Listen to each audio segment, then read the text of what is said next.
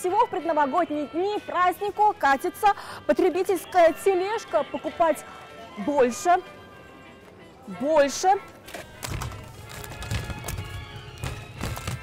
И, казалось бы, куда же еще больше-то, но по старой доброй новогодней традиции стол должен ломиться, а в Новый год собаки он еще и не должен быть веганским. Мандарины, продукты для салата оливье. Если это сметается с полок в 3 счета, то с космической скоростью уходит мясо. Косточки разбирают настолько быстро, что даже Дед Мороз не успевает моргнуть. Честно говоря, мясо расходится на ура.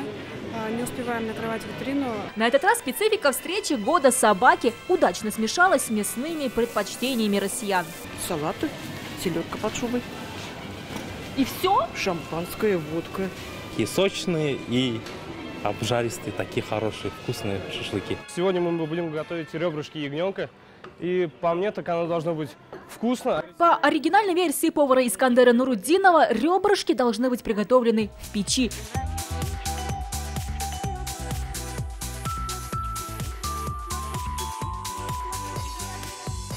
Все это перемешиваем, то есть чтобы все ребрышки были укутаны в этом маринаде. Метод доверия – одна из ответственных задач – положить эти ребрышки на огонь.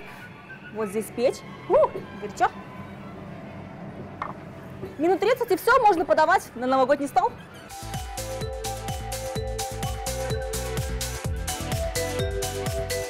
Если обычно рады приходу Дед Мороза и Снегурочки, то у нас в новостях безумно счастливы, когда появляется вот такой вот рейс с одеждой. Ведь в предновогодние дни не поехать, не побежать по магазинам. Лениза, что же надеть в новогоднюю ночь? Самый актуальный цвет – это землянистый желтый. Но, конечно же, без шика и блеска нам не обойтись, поэтому пайетки являются фаворитом. 2018 лучше встречать в золотых, коричневых и желтых цветах. Последние оттенки, кстати, в дефиците. В этом году стилисты советуют вспомнить стиль ретро, чтобы оставаться модной весь 2018. Такие варианты можно обыграть не только в новогоднюю ночь, но как-то и приобщить в будни. Наряжаемся и готовим для близких, поэтому главное, чтобы все было сделано с душой. Тогда и собака в 2018-м завиляет для вас хвостом.